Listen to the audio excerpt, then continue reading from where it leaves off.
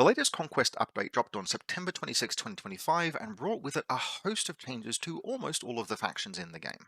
Now, a couple of weeks later, most players have had a chance to play some games, maybe even go to an event, or at the very least come up with some interesting new brews, and so in this video we'll be talking about half a dozen lists that I'm particularly interested in, as telegraphs for how the meta might be changing with the most recent update.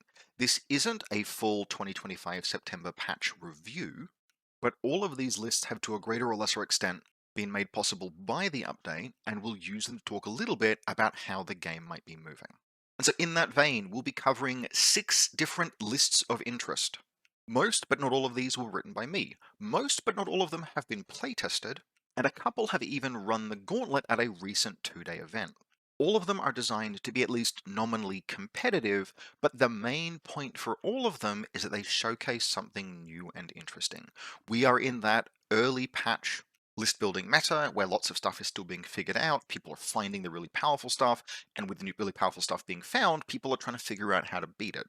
And so while these are all competition lists, at least theoretically, the point of all of them is that they flag something, maybe small, maybe large, that's new and interesting with the September update.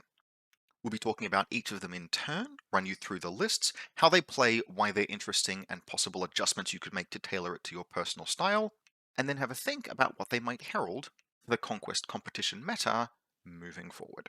Now, our first list, unsurprisingly, is a 100 Kingdoms list. I'm a 100 Kingdoms main. And this list is looking to really make the most of a bunch of changes that were made just in terms of points costs in the 100 Kingdoms update. But the thing about points costs and how it's interesting is that you want to look at them not just in terms of can we add more of the same stuff to a list, but what new lists potentially exist that weren't quite possible before due to expense. In this case, this is a list that was motivated by the desire to see what I could fit into a list in terms of not just 2 of 100 Kingdoms sub-factions, but 3 with points discounts. Now, in practice, as it's played out, you could have just about built this list a month ago. It's running at least one outsized regiment that you kind of didn't need to be this large before, and so at least theoretically, this always existed and was always possible, but if I hadn't gone looking for it because of the points reductions, probably would never have found it. And so what we're running here is an Imperial Feudal Alliance, but with a significant Theist contingent. We've got an Imperial Officer, who is the dynastic ally. He's running 3 men-at-arms, 3 Steel Legion, and 2 units of 3 Hunter Cadre. He will generally go in the Steel Legion. He's kind of useful there. Steel Legion are very expensive to expand the unit size out, coming in at 50 points per stand, but with only support 2. But they still benefit from being a little bit wider to benefit from the Imperial Active Supremacy, which gives you a free reform, which can be used to extend your threat range. And so generally I will run him in there. That also means you have a heavy regiment with flank to accompany the other heavy regiment that you're bringing on. Imperial is a very powerful faction alliance. All of the factions in 100 Kingdoms are really good, but you can only pick 2 of them. And there are a lot of Imperial regiments in this list to take advantage of that, but, and this is kind of interesting and important, by splashing in Theist, we aren't really exceeding what can be accomplished, or giving up on synergy, because the 100 Kingdoms baseline rule for Imperial is that you can give Vanguard to 2 Imperial regiments. After that, you don't get to give out Vanguard, but everything that's veteran infantry can benefit from the active supremacy. And so what we're looking for is turns where we'll be bringing on 2, maybe 3 Imperial regiments every round, but then the Theist regiments are in addition to that limit, and they are natively quite quick. So we actually accelerate the run out of the list just a little bit by adding in the Theist contingent, while the Theist contingent can still benefit from the active Imperial supremacy. We then have a Noble Lord. He's our warlord because he's in a very large regiment. He's built to be choppy with the Caliburn and eccentric fighting style combination. If you haven't played against this guy before, he is an absolute blender. He will die in a duel the instant he has to fight one, but especially for the points cost, he's one of the most dangerous characters in the game. He is in a huge block of 8 men-at-arms with a seasoned veteran. You can give up on the seasoned veteran, but there isn't really anything else that you need for those points, and they round the list up to 2,000. And they free up the Imperial officer's orders to go on other regiments. Not that there's that much. You can use Murderous Volley an awful lot in this list. But they let you retain Hardened. Having the seasoned veteran lets you retain Hardened even if the Imperial officer dies or has to be somewhere else. We've then got 4 longbows. Both of those are veteran regiments because of the Noble Lord's warband. and the men-at-arms will be really solidly durable, thanks to firstly the colossal wound count, and then hardened and untouchable. We've then got the Theist contingent, and this is what's really interesting about this list. So, for Sakari and an Archangel, the Theist priest obviously goes in the Sakari. And the thing about both of those regiments is that they have divine purpose without having to be part of a Theist alliance list. Sakari have divine purpose natively, in addition to being veteran, that's relevant for the Imperial Supremacy, and the Archangel both has divine purpose and gives out an aura that allows divine purpose to always be triggered, which works on herself. So we have the Theist priest, who can make the Sakari trigger divine purpose, the Archangel, who is always triggering divine purpose, and of course the Archangel has the massive charge with the 16-inch Flames of Vengeance action, making these two parts of the list actually tremendously long threat ranges, the Sakari especially being able to have that wide reform plus an 8-inch plus 1d6 charge, which allows them to really motor. And that's the thing that's really interesting about this list for me, is that you have like a significant portion of what is interesting about the Theist Alliance. Access to the Archangel, access to Divine Purpose, but we're putting it into a list that is nominally not a Theist list. Now, you can turn this into an Imperial Theist list quite easily, but it is expensive. The great thing about the Noble Lord is that he's discounted, and he discounts his warband by making veteran free.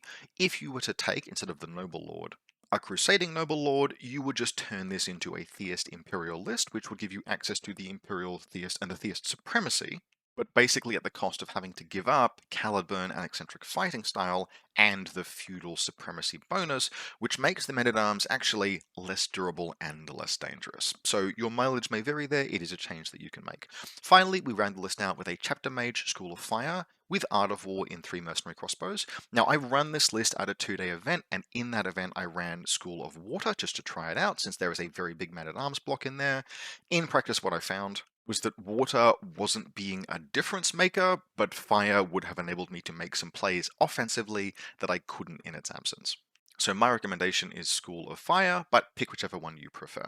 Now, how this list is looking to play is like an Imperial 100 Kingdoms list. So it's going to make heavy use of Vanguard to put powerful elements up the field and build a formation really conveniently, with your kind of ideal run out being something like the longbows move up aggressively on turn 1 to set a reinforcement line, but then start pulling back. The idea of you pull longbows back is that you can then have other units use Vanguard to move over the top and build a firing line. You want to establish a formation that is something like big men-at-arms with a powerful ranged unit either behind or next to them, push up from one corner of the map generally, claim space that includes an objective zone, and then begin to advance up another flank with some mixture of your Hunter cadre, your Sakari, potentially your Archangel. Your Archangel will usually be the last thing to arrive on round 3, and you'll want to use your pretty high activation count. This list is 14 activations and will usually be all present by turn 3. Use that activation count to set up favorable deployments and put the Archangel somewhere that she's going to make the most difference. At the event that I played in, I ran into 2 Dweghom players, and in both cases the Archangel was an absolute bully. Dweghom are full to bursting of things that Smite is really effective against, and in both games her mere presence began to force Dweghom back off of objective zones, back out of the range of that charge, just so they could avoid dying to it. She was very cool and very fun and very interesting to play in a list that wouldn't usually, if we built it traditionally and just had Imperial and Feudal things, wouldn't have access to a piece like this. Now, there are other ways that you can customize this list, and one of them is that you can do a different kind of splash. You can actually cut the entire Theist contingent and very easily replace it with a Sealed Temple unit, a Sealed Temple Priory Commander, and a unit of Ashen Dawn. That comes in at almost exactly the same cost as the Theist Priest and just gives you a different way of playing that splash element. It doesn't nominally have the same synergy with the active Imperial Supremacy, but on the other hand, Sealed Temple kind of just do that every single turn anyway. Now, if you're running that, you do need to adjust how the Noble Lord is configured, because it is better to put Caliburn and Eccentric Fighting Style onto the Priory Commander. He is a better user of it. And in that case, I would suggest adjusting the Noble Lord's Big Men-at-Arms regiment to operate more as a kind of defensive anvil piece. That might actually be a situation in which the Water Mage becomes a little bit better, but it'll be something to test. Either way, as usual, 100 Kingdoms continues to produce really interesting lists, continues to be a really interesting faction to play, and in terms of how they are positioned heading into the next patch cycle, I think they're in a good position. In terms of the possible upcoming meta boogeymen, there's only one, which we'll talk about at the end of this video, that I'm not yet sure how to answer, and even then, really only because of tensions between answering it and things like the Dweghom, who have had their most recent update, and at least locally, are looking to be very popular. And in that vein, let's talk about a Dweghom list. Now, Dweghom are in an extremely compelling position post-update. I have had people tell me that they are most excited for the Tempered Creed, that they are most excited for the Ardent Creed, and that they are most excited for the clans, and that has never been something that has been true in the history of Dweghom. Dweghom have traditionally been a Tempered Creed army, where you might go off meta to try something very specific, but at least for now appears to have a really considerable amount of potential across all three of their sub-factions, which is really cool. Now, I will admit, the Ardent Creed does kind of call to me a little bit personally, but I've had the most games now against Tempered Creed, and I wanted to put this list together to showcase one of the really interesting ways in which new Tempered Creed is fundamentally very different to old Tempered Creed. Now, in terms of the mechanics of the faction, old Tempered Creed kind of felt like being a greedy miser. You had to build up and hoard and shepherd these tokens, and only very judiciously dispense them when it was absolutely critical to do so and you had no other choice. New Tempered Creed operates far more like an industrial activity, like a production line. You are constantly generating and spending tokens. Sometimes you're spending tokens to generate tokens.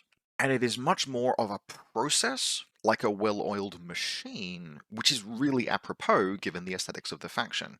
And one of the outlets for tokens that you generate is that really interesting point of difference, which is how you can build formations with new Tempered Creed rather than old Tempered Creed.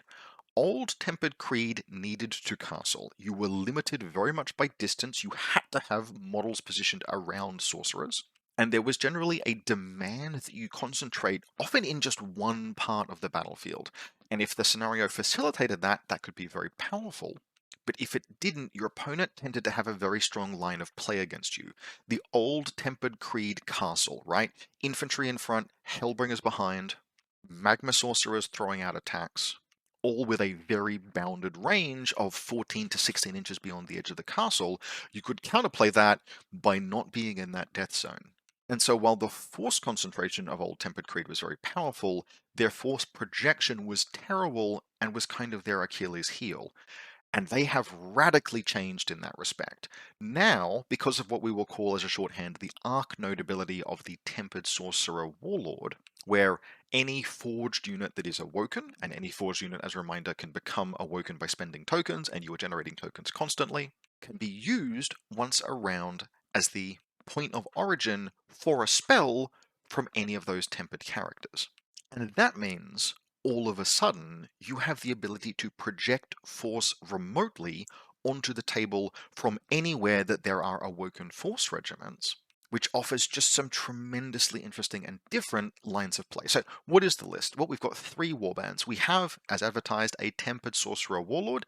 He has School of Fire and the Thaumaturge upgrade. Now, Thaumaturge as an upgrade is one that allows you to permanently increase your wizard level if your spell results in a unit being destroyed. At this stage, I am personally of the opinion that this is probably a win more kind of mastery, but we had 30 points. You could replace this with the mastery that allows all of your infantry regiments to get +1 inches of distance on their second march. We have a bunch of Fireforged in here that will often be our front line, so a little bit of extra speed on them is relevant, but they are only a portion of the list, and all of the rest of the list is brutes. So I went with Thaumaturge on the grounds that if any list can make it reliably proc, it is this list, but just bear in mind that I have not yet seen it proc once in multiple games against Tempered Creed. So it is something you might change in future. He is sitting in a unit of Fireforged, and his combat group otherwise consists of 3 Found and 3 Inferno Automata. All of those are important, including the Inferno Automata, which have really had a little bit of a revival with this most recent update. We then have a second Tempered Sorcerer, also School of Fire, 3 Fireforged, 3 Found, then a Lost Ancestor, School of Steel. Now you could actually pick any number of schools here. Steel is the one that's kind of the easiest to use, it's very powerful, it's very flexible. but frankly you could easily go fire or earth, or maybe even magma in a pinch. He has the Gifted in Fire upgrade for +1 attack and a draw event to generate tokens. This list spends a lot of tokens because it wants to be awakening regiments constantly.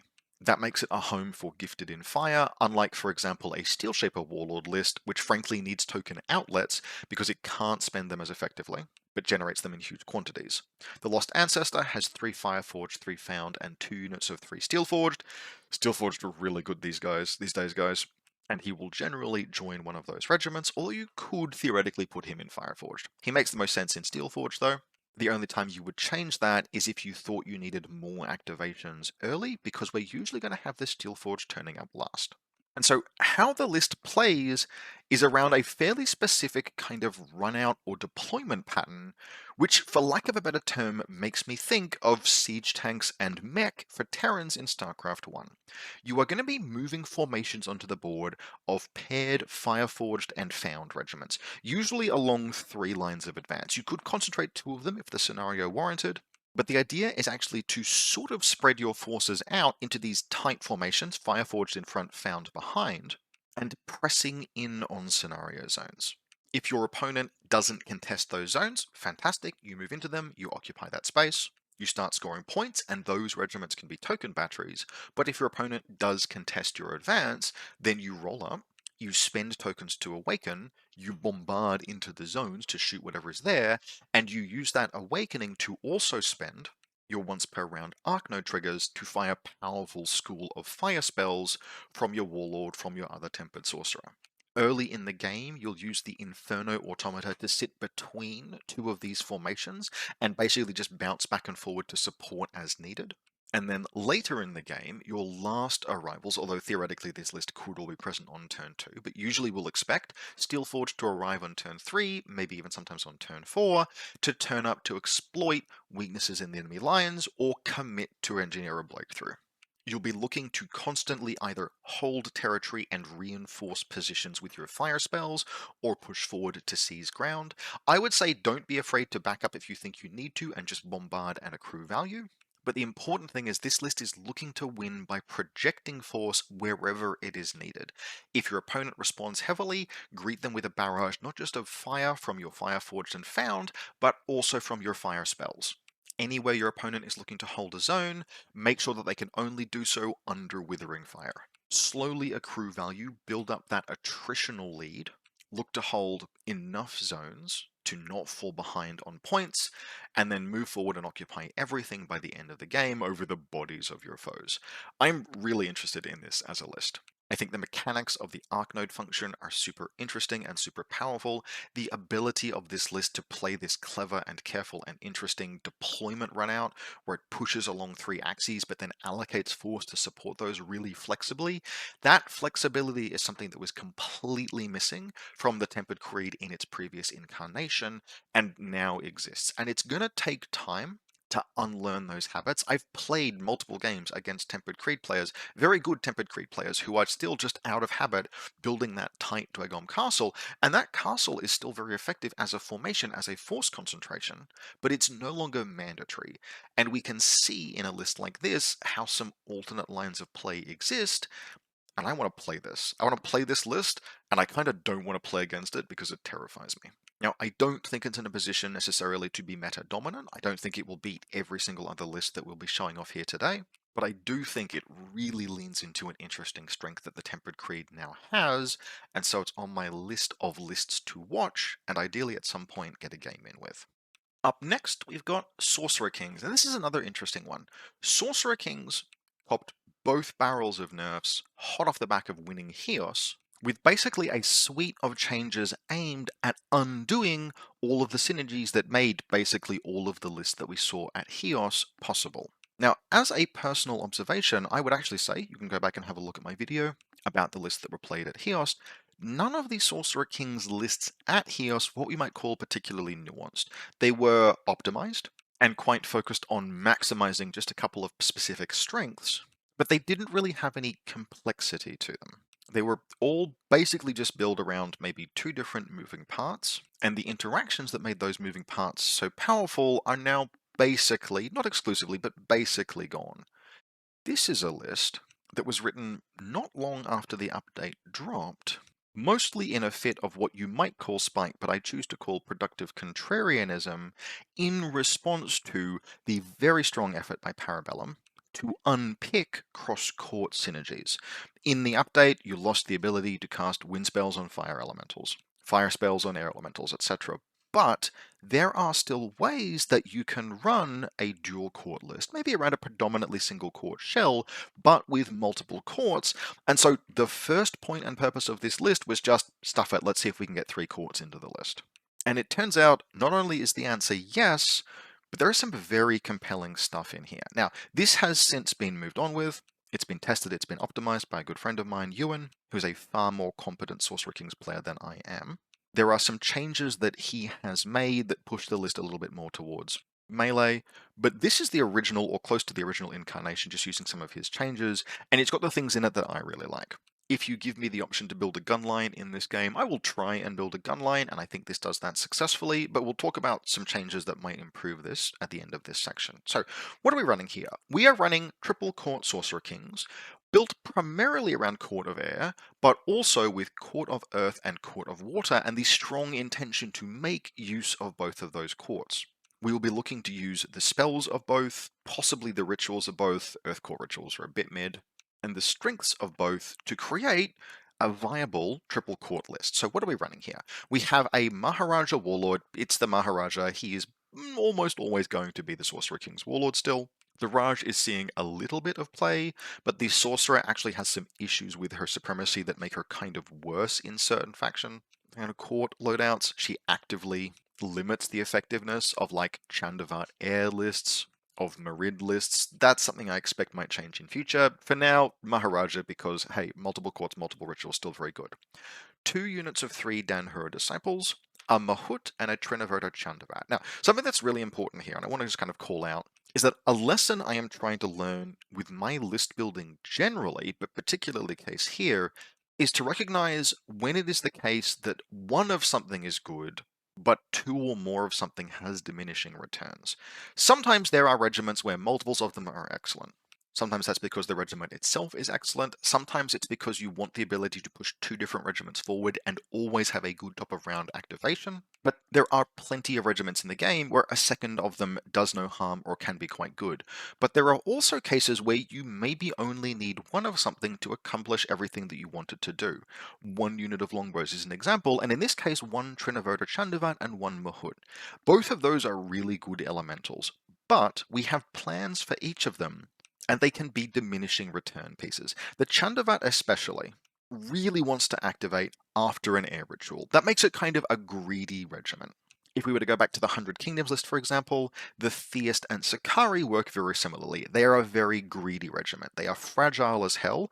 If you cannot bless them as the first activation of the round, it's a very good chance that they lose the fight that they're having and die and take 200 points, 290 points right down the toilet bowl with them.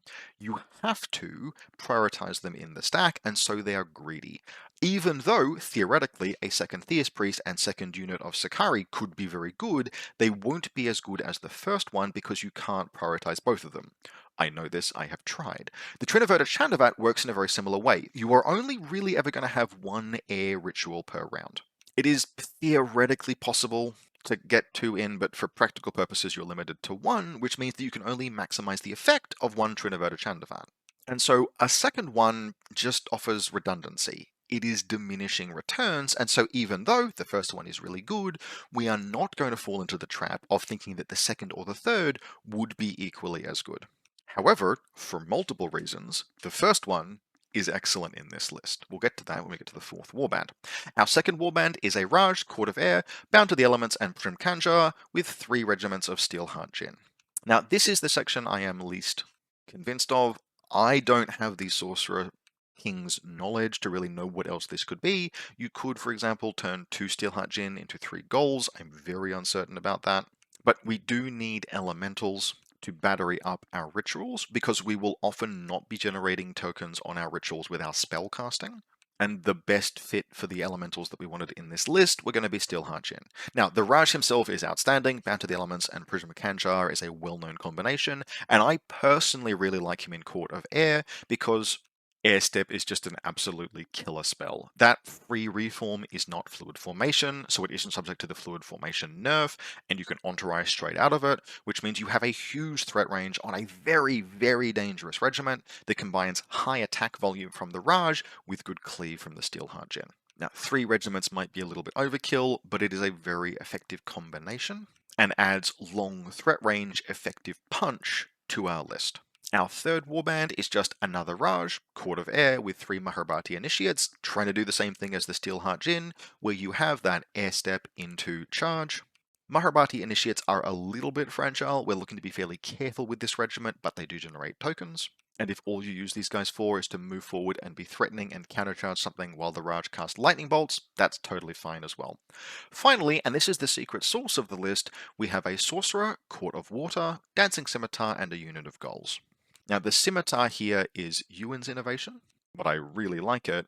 But let's just talk about what this little regiment does, because this might be the highest package of utility that exists in a package of this size in the game. So to start with, Court of Water is actually fairly live in this list. You have a number of mortal regiments that you can heal. The Court of Water healing spell is allowed to work on mortals regardless of court, and you have a reasonable offensive spell as well. On top of that, the unit is just this high utility source of like multiple instances of damage. In any given turn, you can have an offensive spell and Dancing Scimitar and a volley, which means that even if you stay completely away from melee, and you probably should, goals are fragile, use this unit only as a melee regiment of last resort, you use this unit as a ranged support regiment that incidentally is very good at killing objectives because you can volley plus Dancing Scimitar.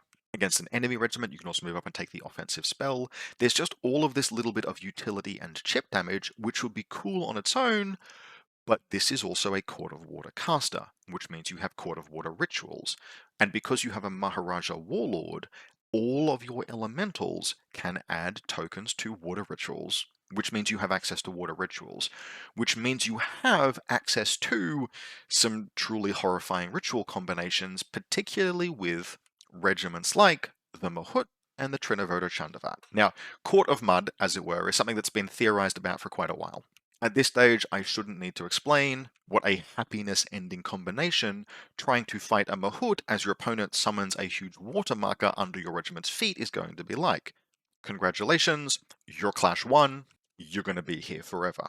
Incidentally, we can heal the Mahut because we have a Court of Earth caster. But the Trinovoda Chandavat is also a really valuable combination with the water marker because you can put the water marker down early and have the Chandavat move up to occupy that space, and you don't need to be careful with your positioning there. The Mahut has to be careful not to touch the water, which means usually you'll want to summon the water only after the Mahut has taken a position, and there's actually a lot of executional issues there where your opponent might try and avoid it or just contest space, stay out of melee, etc. Like the Mahut has to work for that truly happiness-ending combination to come off. The Chandavat doesn't. You can just, on turn 2, throw down some water somewhere, turn 3 usually is the earliest you'd have the ritual, and you can have the Chandavat just splash around inside that space because the Chandavat doesn't make clashes. It doesn't care what its clash value is. It just makes ranged attacks and casts spells, which means that, for lack of a better term, Court of Mist is going to be just as infuriating for your opponent as Court of Mud. On top of that, the actual offensive water ritual hits really hard. This list will be using Spiteful Winds a lot. Farsight is excellent. You can Spiteful Winds as well. I would generally be aiming to use Spiteful Winds a little bit more because, again, the goal here is that there is a finite amount of fun in the game of Conquest and we intend to have all of it. But do bear in mind that the water offensive ritual can really go hard. We've got excellent ranged in the form of Homing Winds multiplied Danho Disciples, we've got good melee, we've got long threat ranges, and we've even got just a touch of durability. This is not a list that I would describe as durable. Steelheart Jinn are a 170 point regiment, and while they are not fragile, they're not tough either. The Mahut is durable, and the Chandavat, when you're protecting it with water, is fairly durable. But we are really looking to play the table and mobility and range and then use terrain generated by our water rituals to mess with our opponent to give ourselves that kind of decisive advantage. Now, in terms of other combinations, one of the things that you can do with this list, and probably is a little bit recommended, but I am a lover of the Mahut, is to actually lean a little bit more into offensive melee power and threat range. And you do that by changing this from an air-earth list to an air-fire list. What you do is you change the Maharaja to Court of Air, Court of Fire, and then you exchange, it's the same points cost, the Mahut and the Chandavat, for a Rakshasa and a Trinaverta Sabhagri. That gives you two very powerful melee elementals, which does limit your ranged offensive output to just the output of the Danho Disciples and then all of your various offensive spells, but offers more decisive melee-focused engages, even more play around threat range, and generally means, and this is important, that you are less susceptible to hypothetical lists that might exist with powerful anti-range defenses. And those lists are kind of plentiful. We've already seen a Dweghom list that is just defense 4 across this front line. Now, in this list, you would want to be shooting past that into the Lost, which have got lower which have got lower defensive stats.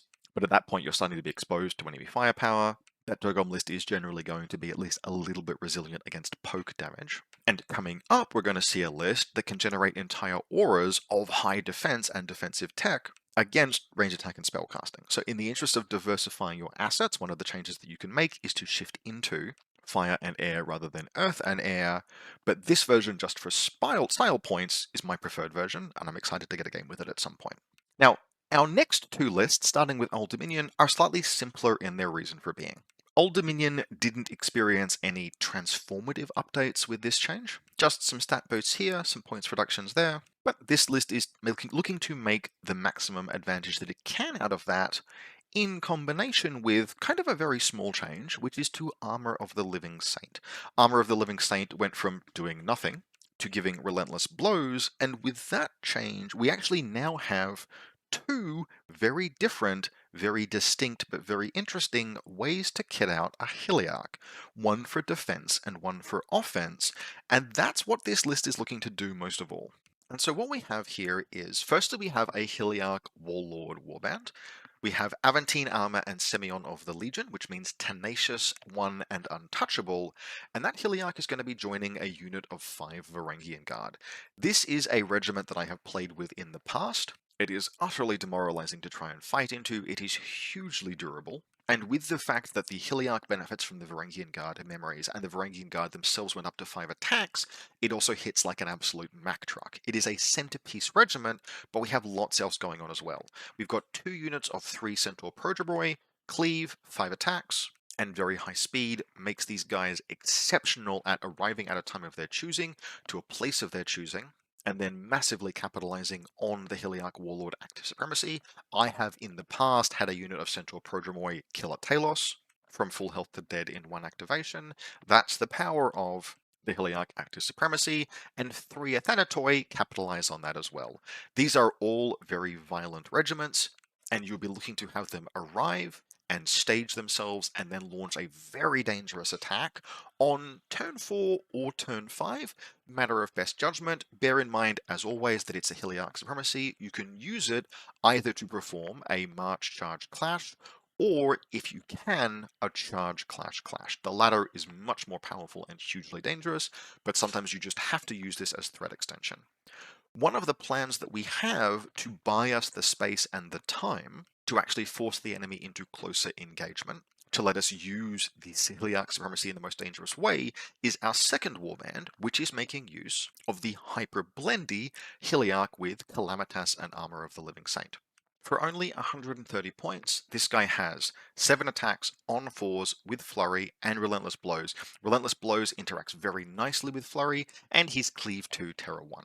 This guy is up there with the Noble Lord in List 1 in terms of sheer damage output. In some cases, he's actually going to be more dangerous. In some cases, less, but in a lot, he'll be more dangerous. But unlike the Noble Lord, the Heliarch has 5 wounds and doesn't take Resolve, which means that he can just take a certain number of duels, and so should be pretty duel happy over the course of the game. He is in a unit of 4 Praetorian Guard. Now, I would like this to be a bigger unit if possible. 4 is like barely the minimum size that you want. It gets you 20 wounds. And this is going to be the first unit you're bringing onto the board as your automatic medium on turn 2. This is the regiment whose job it is to move up and take a zone, and hold that zone and draw your opponent in, while the Warlord's regiment maneuvers for a killing blow.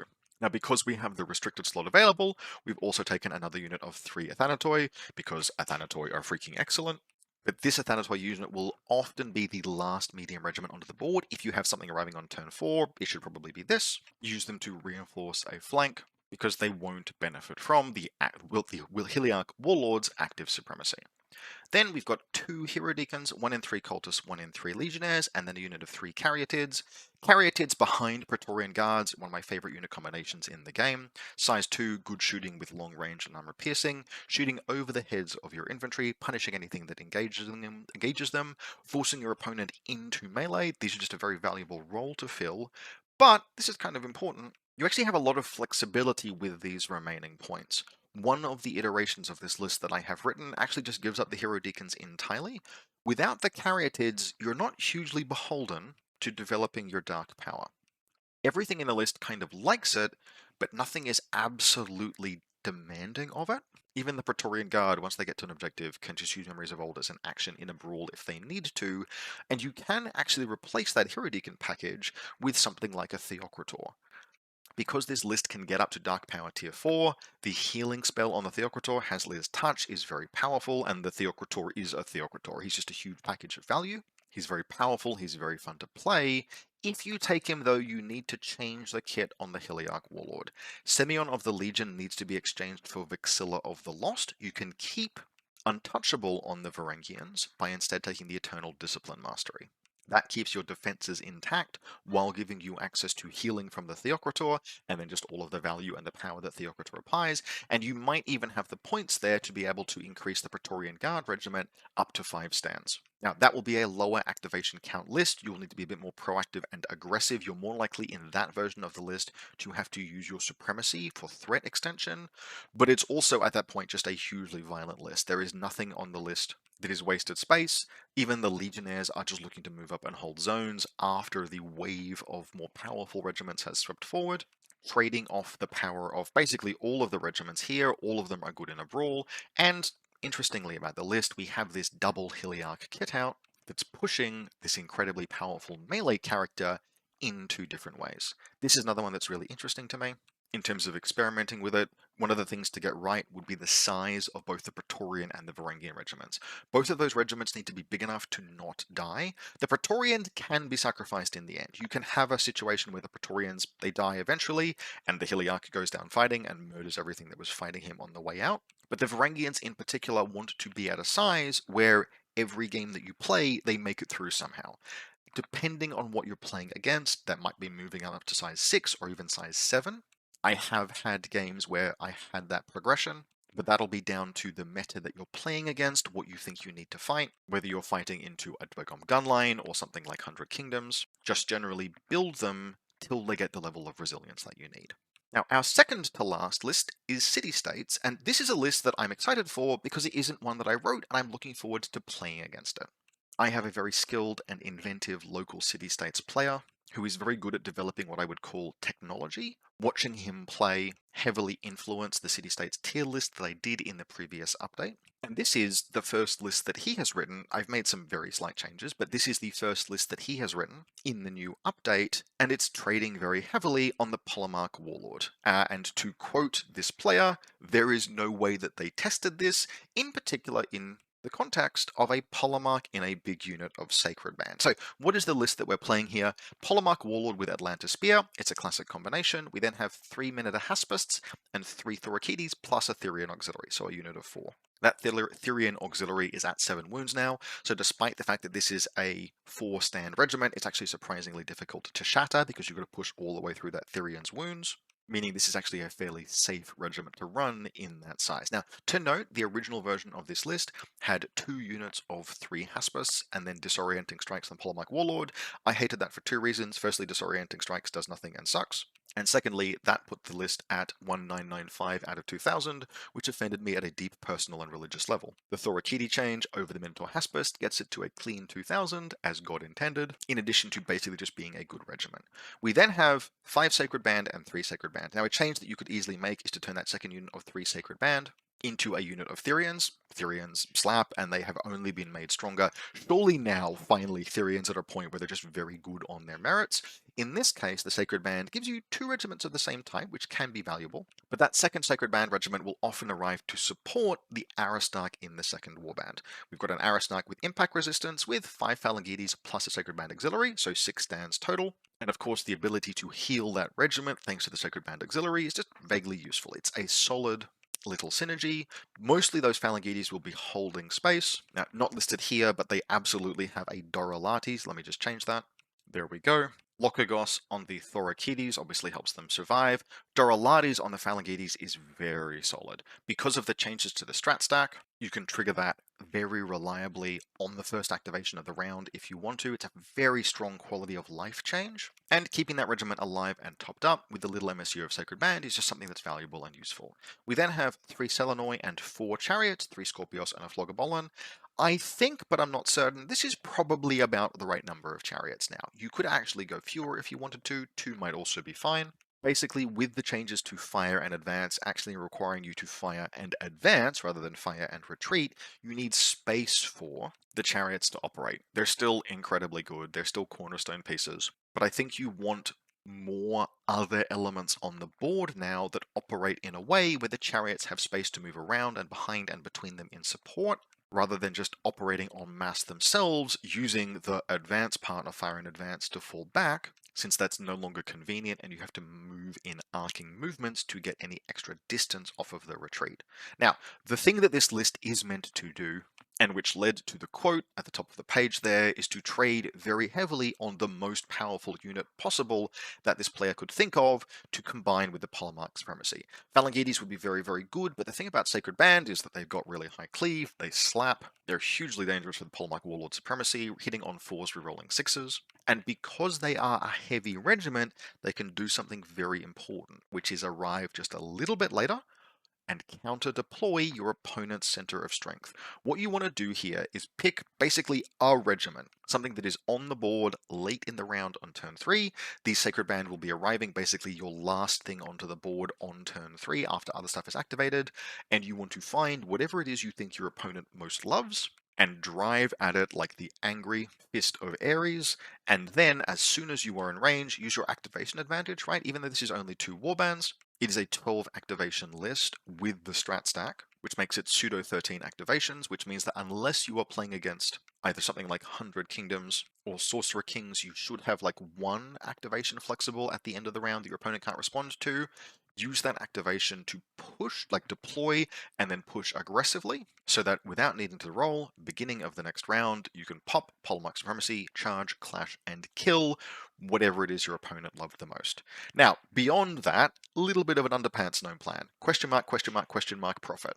Which is why most of the rest of the list is just kind of generic good stuff, stuff that we know more or less works. The Minotaur Haspis are a little bit experimental, and I think were included off the fact that Army is incorrectly showing them as having 7 wounds when they should be 6 based on the PDF, but is otherwise all just kind of generic good stuff that I would expect to change over time if the core premise works. If that one big play with the Polemarch Warlord actually consistently delivers results, then the rest of the list in its entirety can change around that to facilitate whatever it is that you think you might need. I can think of a number of possible adjustments that wouldn't necessarily be stronger or weaker, but might be better suited to certain things. You could easily add an Eparchos warband for easier access to chariots. You could run more heavies, you could very easily run fewer heavies, just have the one Sacred Band regiment for a more consistent run out. You would probably make that change if you found you needed activations more, like as in to consistently have more of your regiments available early in the game, you wanted to push more aggressively. There are a bunch of different ways that this could go, but the core premise is to test, hey, how much danger can we actually pack into that Polemarch Supremacy? And in that sense, it's super interesting. I have not played against this yet. It has performed well. It came 3rd at a recent 2-day event, achieving a 4-1 result. So it's obviously got some chops, and I'm keen to be playing against it, just as I'm keen to be playing against other kinds of city-states lists that you can build using things like the Aristarch, who is now also an excellent warlord. Now, I mentioned this list came 4-1 at a recent event, a 5-round 2-dayer held just this most recent weekend, and the 100 Kingdoms list that I shared at the beginning of this video also podiumed at that event, coming 2nd and going 4-1. Let's talk about the list that came first. This is a quad spider Yoroni list. This was played by recent returning Worlds player Saxon, and it is incredibly lean, incredibly efficient, low to the ground list with 9 activations. It has a Dweghom Geisha Warlord with an MSU, sorry not MSU, with a 3-person Yoroni block of 2 Oni Ayakashi and an Origami Warrior, another Dweghom Geisha with 2 Tengubushi and a Daiokai, a Jorogumu Mahotsu, that's the spellcasting spider, with 2 Tengu Ayakashi, and a Jorogumu Mahotsu with 2 Tengu Bushi. That is 9 activations, but 9 regiments, and it is trading very heavily on a number of the changes that were introduced in the last patch. Now, nominally, Mahotsu spellcasting saw some nerfs. These nerfs are fundamentally illusory. Particularly in this list, the introduction of scaling onto the Mahotsu spells is completely meaningless. There is exactly one case where that will ever matter, and that's if you're targeting the Daiokai. And as a trade-off for that nerf, every single one of those spiders got 20 points cheaper, which means that relative to before, this list is playing 80 additional points, which is it uses to bulk out and add flexibility to all of the modular regiments in the list. You could theoretically have run this list before, but you would be forced to have all of the MSUs be nothing but Tengu Bushi, but the list was just affordable. Now, obviously, the other significant change is that the air is kind of clear now for a list like this. Every list we saw from Yoroni at Hios was running effectively the same modular configuration, which is the big Kami unit that was getting up to Tenacious 2. That's now gone, but I'm generally not certain that this isn't actually kind of better. I think if people put the time into learning how to play this, it has the potential to become a very significant meta boogeyman. It's actually kind of tempting to just dismiss this. You look at this and go, oh, well, this is just a skew list. Ha ha ha ha. I will naively dismiss the decision to run 4 spiders as a little bit of a meme, or at most a gear check or skew list, which I will simply counter because its intention is telegraphed and I will adapt to compensate. And to take that approach would be to significantly overlook the layered mechanical advantages that this list enjoys, particularly since the most recent update and starting with the supremacy change. So I'm going to try and unpack all of the different things that this list does just mechanically before we talk about how it plays. And so the first thing to note, the mechanical advantages that it has, is that it has the supremacy advantage. There is no list in the game that this is not going to be having an advantage in the supremacy roll against, usually deep into the game, even after opposing forces have suffered significant attrition, and they will suffer significant attrition. This means that in every turn, it's got a 66.66 recurring chance to go first, which impacts how it is able to build a stack, notwithstanding the Yoroni flexibility that it has innately there, which offers insurance against a failed roll, but also that impacts how their opponent of this list has to build their stack, because if they build a plan that is contingent on getting a punch in before a regiment has activated and gotten defenses online, there is only a 1 in 3 chance of that succeeding. The fact that this list gets to go first, if it wants to, in 2/3 of turns, and its opponent has to play around that, is kind of the thing that a lot of people are missing about how Yoroni have changed in this update, and actually something that I would genuinely consider is an oversight or a misjudgment by the developers. Yoroni were one of the 2 most powerful and represented factions at Hios. Alongside Sorcerer Kings, they were the faction to beat, and there is no mechanical change you could have made that would have advantaged them more than the supremacy roll change. Making that change and otherwise choosing to be incredibly restrained in terms of how certain core elements of the faction were allowed to continue to perform, and then going and buffing the pieces that contribute to a list like this, represents a significant lack of foresight from people whose job is to exercise foresight. Now, from the supremacy advantage, we then get onto the Jorogumu themselves, and this is where we start talking about the maths of the list. Because Jorogumu, they kind of always have, but especially in this list, they have what I would call 0 vulnerability defensive setups. There is no efficient way in the game to attack Jorogumu, and the reason for that is that usually, pretty much always, the first activation in this list is going to be a Mu card being flipped. That Mu card will generally be used to activate a Jorogumu, which will activate the Monster Inspiration Draw event, which will spread the effects of that Mu card to all regiments within 8 inches. You can fit most of this list, points-wise, within 8 inches of a single Jorogumu Geisha. What that means is that, from the first activation of the turn, most of this list has either Evasion 3 or Loose Formation, depending on what's most advantageous. Generally speaking, it's going to be Evasion 3, and Evasion 3 means that a Jorogumu's defensive stats are Defense 3, Evasion 3, Resolve 4, Fearless, and Tenacious with 18 wounds. Cleave does not work against it. Deadly Blade is not especially effective against it because of Tenacious. Terror is not effective against it.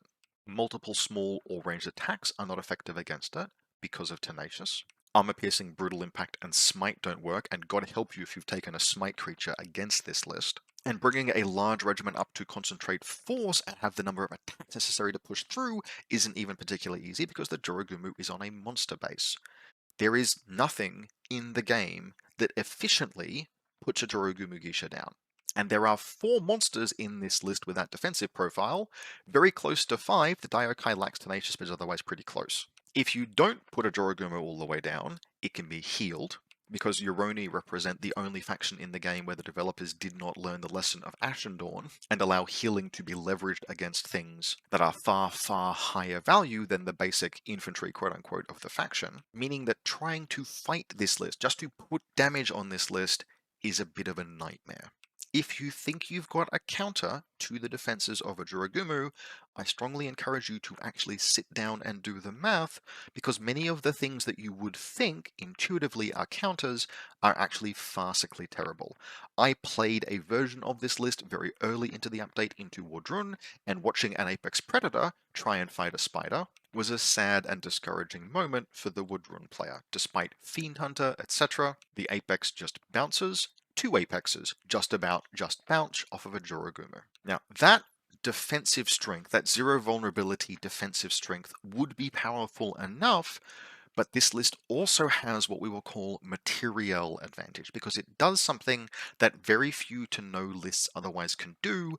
It does not take any embedded characters. Now, a tournament called Amulet recently occurred in Slovenia. It had a number of Yoroni players. Some of them I think were running triple Spiders, but all of them overlooked this potential strength and weakened the list as a result. I don't think any of those lists particularly performed, and I'm not particularly surprised, because not taking any non-monster characters is a core part of the strength of this list. One of the things about characters, one of the little ways that the game kind of lies to you, is that characters look like they have a wounds attribute, but for practical purposes they don't. A character dies when the regiment that it is joined to is killed, which means that, generally speaking, you should conceive of characters as 0 wound models. I encourage you to go to any list that you have written and just look and see how many points you've spent on characters. It will usually be something between maybe 300 points at the low end, up to 500 points in some cases on the high end where you're really splurging. And while characters can be powerful and useful and add to the defensive kit or the damage output of a regiment and represent activations in their own right, they don't have wounds, not for practical purposes, which means you're spending 500 points of a list, 300 points of a list on things that don't actually add to your survivability, except to the extent that they give a defensive rule to the regiment. There are very few cases where a regiment's durability would not be higher if you tossed out the character and just added more stands, with some exceptions with regards to things like resolve. This list suffers under no such limitation.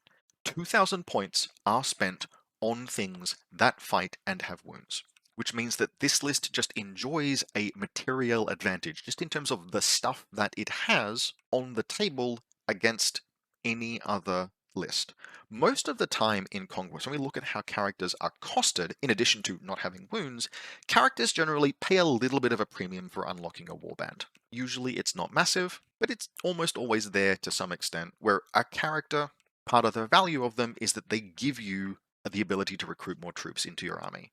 This list also does not pay that premium. Basically, all spiders at this stage are probably mildly undercosted, just in terms of the raw value of being the model that they are, before you get to the fact that this list is not paying the points that every other army would in some respect to unlock its warbands. It just has 9 regiments, and all of them are good, and there is no fat, and so this list has more stuff than you, even though its activation count is low.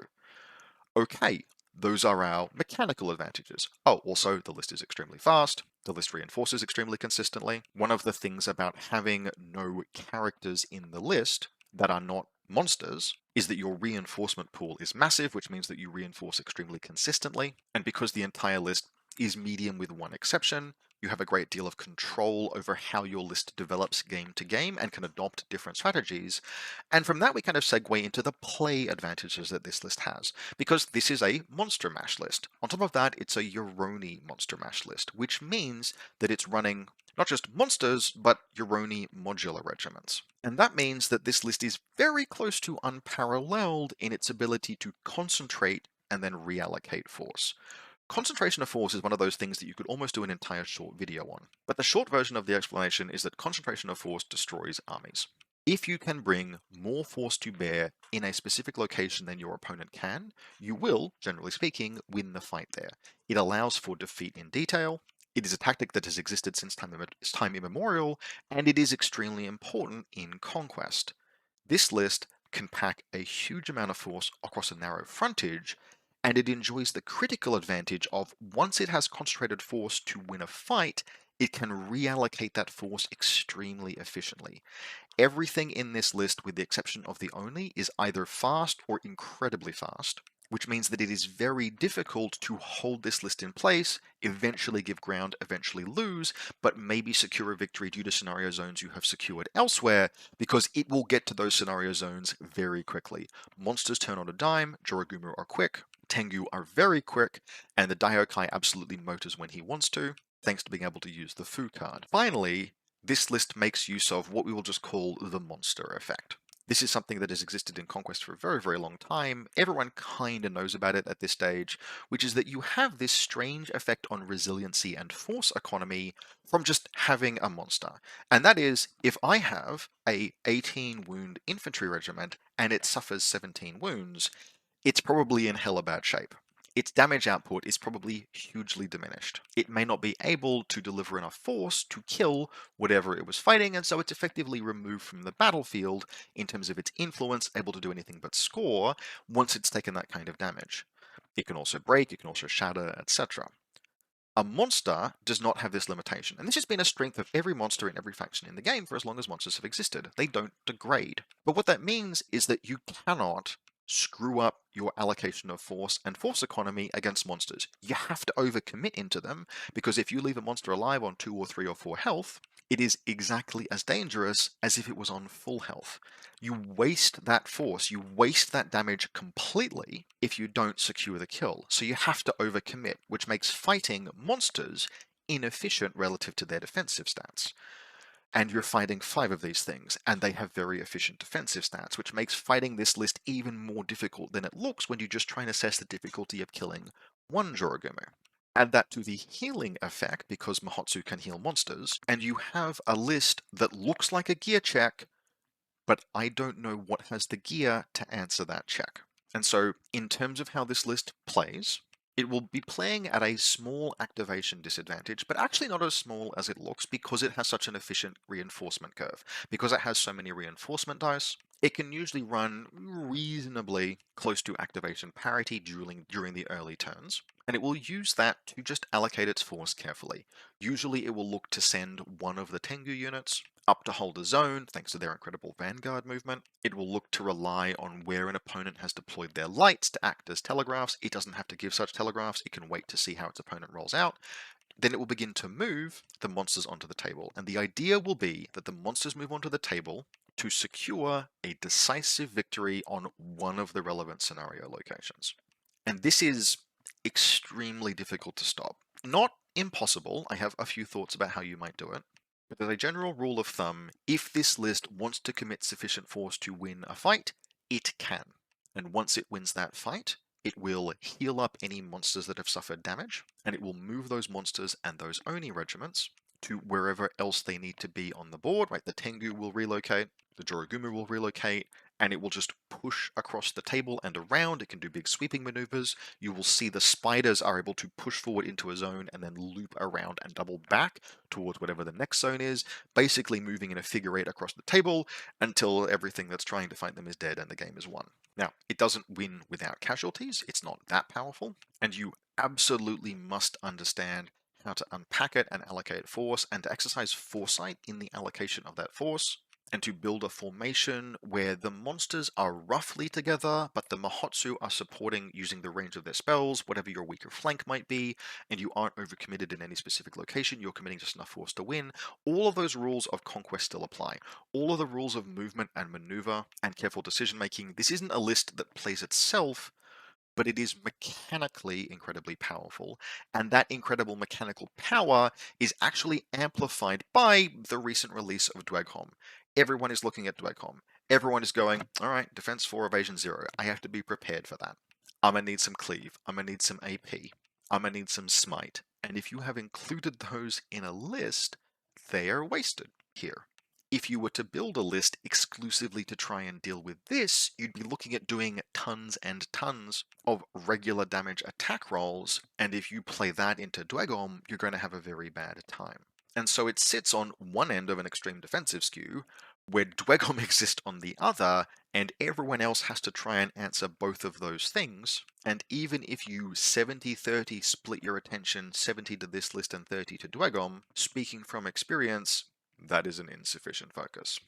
I have played with this list. I have played against this list. This list puts me in a state of excitement that I would frankly rather not be in. It is very powerful. One thing, fortunately, that does keep it in check is that, God, who owns 4 spiders? Most players who would come even close to being able to play this will do so by borrowing models from friends rather than dropping a cool $1,000 on being able to run a list that has no guarantee of being good even by the time of January. If we don't see adjustments to it by then, though, it is something I would expect we might start seeing in the run-up to next year's HEOS, although I would give very good odds of it having had developer attention by then, and being just restrained back to something resembling reality. Now, for the sake of completeness, in terms of how you can adjust this list, one thing that you can do is to cut the Daiokai and an Origami Warrior, and use those points to add 2 more 2-stand units of Tengyubushi.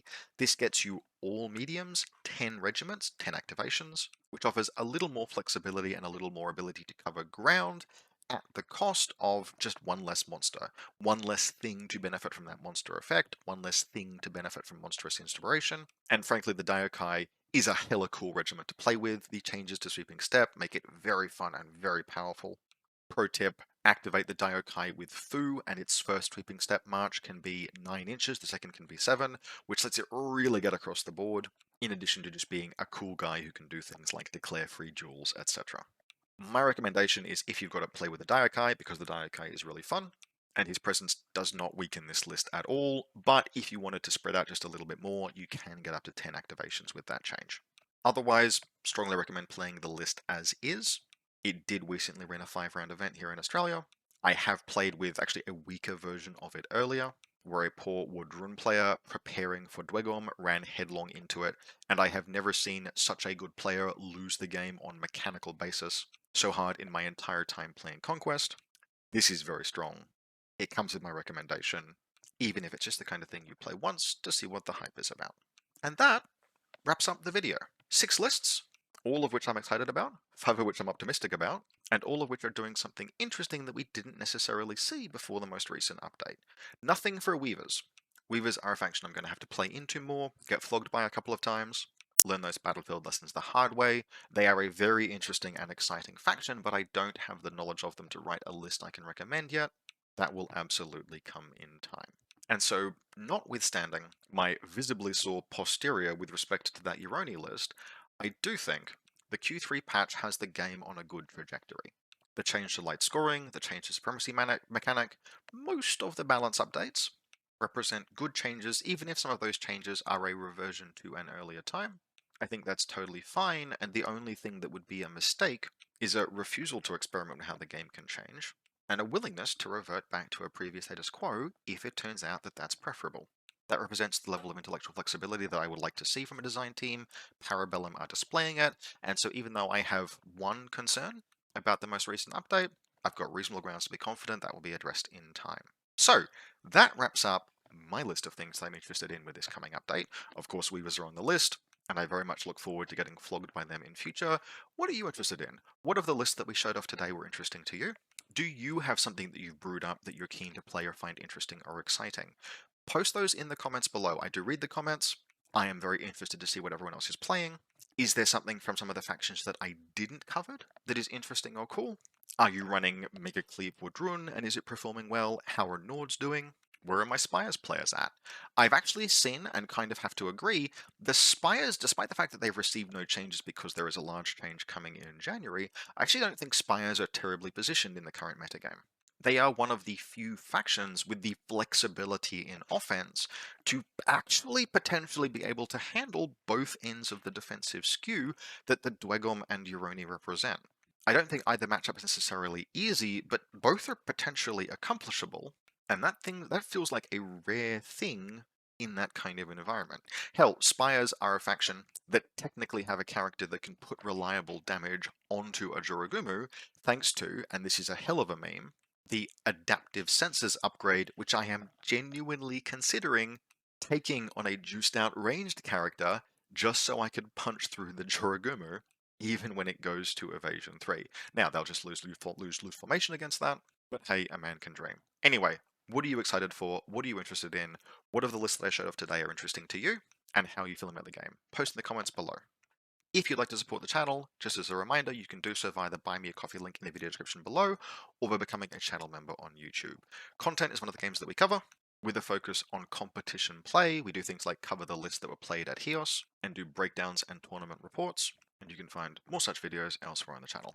Otherwise, and as always, I hope very much that you've enjoyed this, and I'll see you next time.